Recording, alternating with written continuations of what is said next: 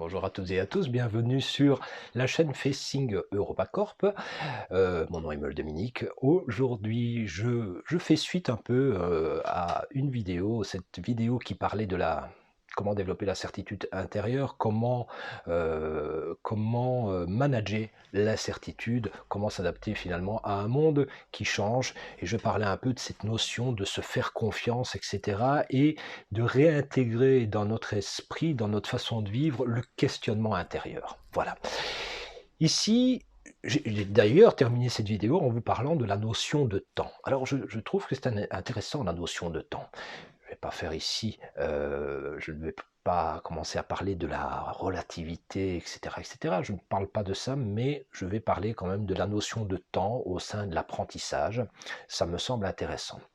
Donc la première chose que je vous dirais, c'est que je remarque de plus en plus que ce soit pour... Alors ça commence avec les enfants, ce que je vais vous expliquer. Je remarque que autour de nous, tout va vite. Voilà, tout va vite. Euh, Si vous regardez un dessin animé, même pour les plus jeunes, les dessins animés, ce qu'on appelle les plans séquences, c'est-à-dire, vous voyez, ces coupures qui existent, donc si vous voyez un personnage, les différents angles de représentation du personnage, etc., ça va extrêmement vite. On a des plans séquences maintenant d'une seconde, 2 secondes. Pour ceux qui ont l'habitude d'aller sur Internet, même quelqu'un comme moi qui parle, souvent on fait des cuts pour donner un côté très dynamique, très rapide, très rapide. Et donc, on s'est habitué à une forme de rapidité visuelle et auditive incroyable, incroyable. Donc moi j'observe parfois autour de moi des jeunes et des moins jeunes regarder des vidéos où franchement c'est presque incompréhensible tellement c'est accéléré. Donc les gens regardent ça et se disent oh c'est limpide, mais en fait quand on les questionne sur ce qu'ils ont vu, ils savent pas, ils savent pas. Pourquoi? Tout simplement parce que le cerveau n'est pas du tout habitué à une rapidité pareille. Alors non seulement il n'est pas habitué, mais en plus de ça, il n'est pas, si vous voulez, comment vous dire, il n'est pas habitué, mais il s'habitue à la vitesse. Il est en demande de vitesse, mais il ne s'habitue pas à enregistrer les informations correctement. Je vais vous donner un exemple, tout simple. Je regarde quelque chose d'extrêmement rapide. Je soumets mes enfants, par exemple, à quelque chose d'extrêmement rapide. Donc, tout au long de la journée, ils regardent des choses sur Internet. Encore une fois, le net, c'est très très bien, il y a d'excellentes choses. Ils regardent des choses à la télé, ils jouent aux jeux vidéo, c'est ultra rapide. Les adultes le font aussi. Et puis, vous lui demandez d'aller à l'école où là, vous avez un professeur qui a un rythme plus lent. Qu'est-ce qui va se passer? Eh bien, tout simplement, le cerveau qui, lui, est habitué à un certain rythme, a besoin que tout soit hyper rapide. Et donc, il a l'impression que, évidemment, quand il est à l'école, mais tout est lent. Tout est extrêmement lent, et je pense que c'est déjà une base. Ce n'est pas du tout la seule raison, mais c'est une des raisons qu'on soulève ça rarement. C'est une des raisons pour lesquelles, je pense, les enfants s'ennuient vraiment à l'école et n'ont plus forcément envie d'apprendre parce que c'est pas assez rapide. Ou alors, on peut voir ça sous un angle différent, on les soumet trop facilement et de manière récurrente à des choses extrêmement rapides, et eux, voilà, ils ont pas envie de se soumettre à quelque chose de lent. Donc, première chose, c'est que notre cerveau n'est pas adapté du tout à la rapidité. Ça, c'est une chose.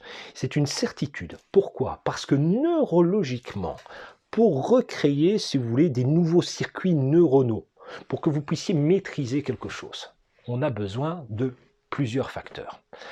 Un des facteurs, c'est d'abord prêter de l'attention. Alors, prêter de l'attention, voilà, c'est une volonté. Si je regarde une vidéo, je vais prêter mon attention à cette vidéo. C'est-à-dire, j'ai envie de regarder cette vidéo, j'ai envie de comprendre un discours, j'ai envie de comprendre un concept. Donc, ça, c'est la première chose, c'est la volonté. Deuxième chose, évidemment, si je donne de l'attention, je donne du temps. Ah ben oui, il faut bien quand même regarder et essayer de comprendre certaines choses, donc ça demande du temps. Donc attention, le temps, mais la troisième chose, c'est la répétition. Pour que je puisse ancrer quelque chose, non seulement je dois être attentif, je dois pouvoir prêter du temps, mais en plus je dois répéter. Et je dois répéter pas une fois, deux fois, trois fois, je dois répéter quand même pendant un laps de temps relativement long pour recréer des circuits neuronaux. Alors, prenez par exemple des enfants en bas âge. Ben, l'enfant qui est tout petit, pour lui, c'est toute une histoire. Il y a une répétition, par exemple, pour pouvoir visser un capuchon sur une bouteille, eh bien, ça, c'est toute une histoire pour lui. Il devra répéter ce mouvement, le répéter, répéter, répéter, jusqu'à un moment jusqu'au moment où il va recréer des circuits neuronaux totalement adaptés à ce qu'il doit faire, et que ces circuits neuronaux envoie les bons ordres au niveau de sa main, sa dextérité, etc., de sa stabilité manuelle pour qu'il puisse opérer ça. Ça prend du temps. Le problème à l'heure actuelle, c'est qu'on fait croire à tout le monde que plus on va vite, plus on engrange des informations, plus on sait. Mais c'est totalement faux. Revenez à quelque chose. Prendre le temps de se poser, prendre le temps de voir des choses qui sont peut-être des vidéos un peu plus lentes, de lire, oui c'est plus lent, ça demande un effort, de lire. Si vous regardez une vidéo, redécomposer une vidéo, prendre des notes, réfléchir, prendre le temps de réfléchir, prendre le temps de ne rien faire aussi. Très intéressant de ne rien faire, simplement, voilà, on laisse, on se laisse aller et on joue peut-être avec les idées, ou alors on joue avec rien, simplement on se laisse aller. Cette notion de temps est extrêmement importante pour que vous puissiez recréer des connexions nerveuses, des synapses qui soient de qualité, et que vous puissiez maîtriser quelque chose. Alors pourquoi je parle de ça? Eh bien tout simplement parce que de la maîtrise, peu importe, d'un système, d'un concept, etc., une bonne compréhension des choses vous amène plus de valeur intérieure. Quand je parle de valeur intérieure, c'est-à-dire que personnellement, je ne sais pas vous, mais moi je suis quand même fier de moi lorsque je comprends quelque chose, lorsque j'arrive à le restituer et lorsque j'arrive à le maîtriser. Mon père avait pour habitude de me faire répéter une phrase qui est déjà une phrase, alors vous pouvez le faire à la maison, c'est ce qui se conçoit bien, s'énonce clairement, et les mots pour le dire viennent aisément. Alors ça a l'air de rien, mais cette phrase, je peux la répéter encore une fois, ce qui se conçoit bien s'énonce clairement, et les mots pour le dire viennent aisément. Vous allez vous dire, bah oui, ok, ce qui se conçoit bien s'énonce clairement, et les mots pour le dire viennent aisément. D'accord. Vous avez bien compris que ce qui se conçoit bien s'énonce clairement, et les mots pour le dire viennent aisément. Si vous n'arrivez pas, si vous me dites oui, j'ai compris, mais si je vous pose la question, répétez cette phrase sans vous tromper, vous allez voir que c'est pas si évident que ça. Souvent on se trompe. Pourquoi? Mais parce que vous avez compris le sens général.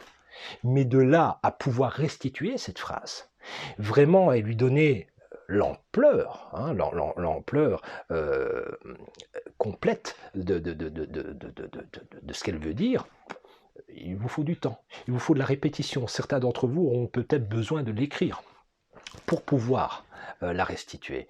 Et donc c'est toute la démonstration, c'est que vous ne pouvez pas faire quelque chose aussi facilement que ça. De plus, le fait d'accélérer toujours des procédures vous donne à croire que vous maîtrisez, mais vous ne maîtrisez pas grand-chose.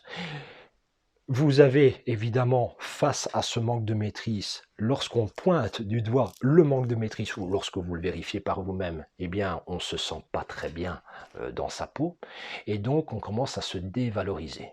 Et la dévalorisation, c'est évidemment ce qu'il y a de pire, parce que, à cause de ça, vous ne pouvez pas imaginer votre potentiel, vos capacités à réaliser certaines choses, à surmonter des défis. Et mon discours va aux jeunes, mais va aussi aux entreprises, où je vois dans les entreprises, on y va, il faut être compétitif, il faut être rapide, il faut être proactif. La première chose, il faut être proactif.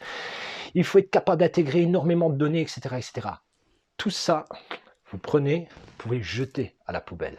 Neurologiquement, ça ne tient pas la route. Évidemment, il y a des gens qui vont un peu plus vite que d'autres, mais au niveau de notre neurologie, nous ne sommes pas aptes à recevoir de l'information tous les jours, de manière hyper rapide, et de pouvoir soit la restituer, soit la mettre en application sans la notion de temps.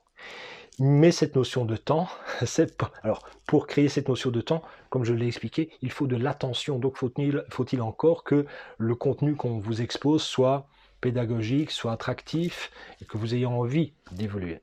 Voilà, donc je reprends. Pour pouvoir évoluer correctement à ce niveau-là, c'est être attentif, donner de son temps et surtout de la répétition. Le pouvoir réside dans la répétition. Voilà, tout simplement. J'espère que cette petite vidéo vous a plu. J'espère que vous allez en faire bon usage et qu'elle va vous aider à développer un peu plus cette notion de temps, et vous allez prendre le temps voilà, d'améliorer vos compétences et d'améliorer évidemment la vision que vous avez de vous-même, et c'est cette fameuse vision qui vous permettra de réaliser beaucoup de choses dans votre vie, en tout cas des choses qualitatives, et d'être heureux dans ce que vous faites. Voilà. Bonne journée à vous.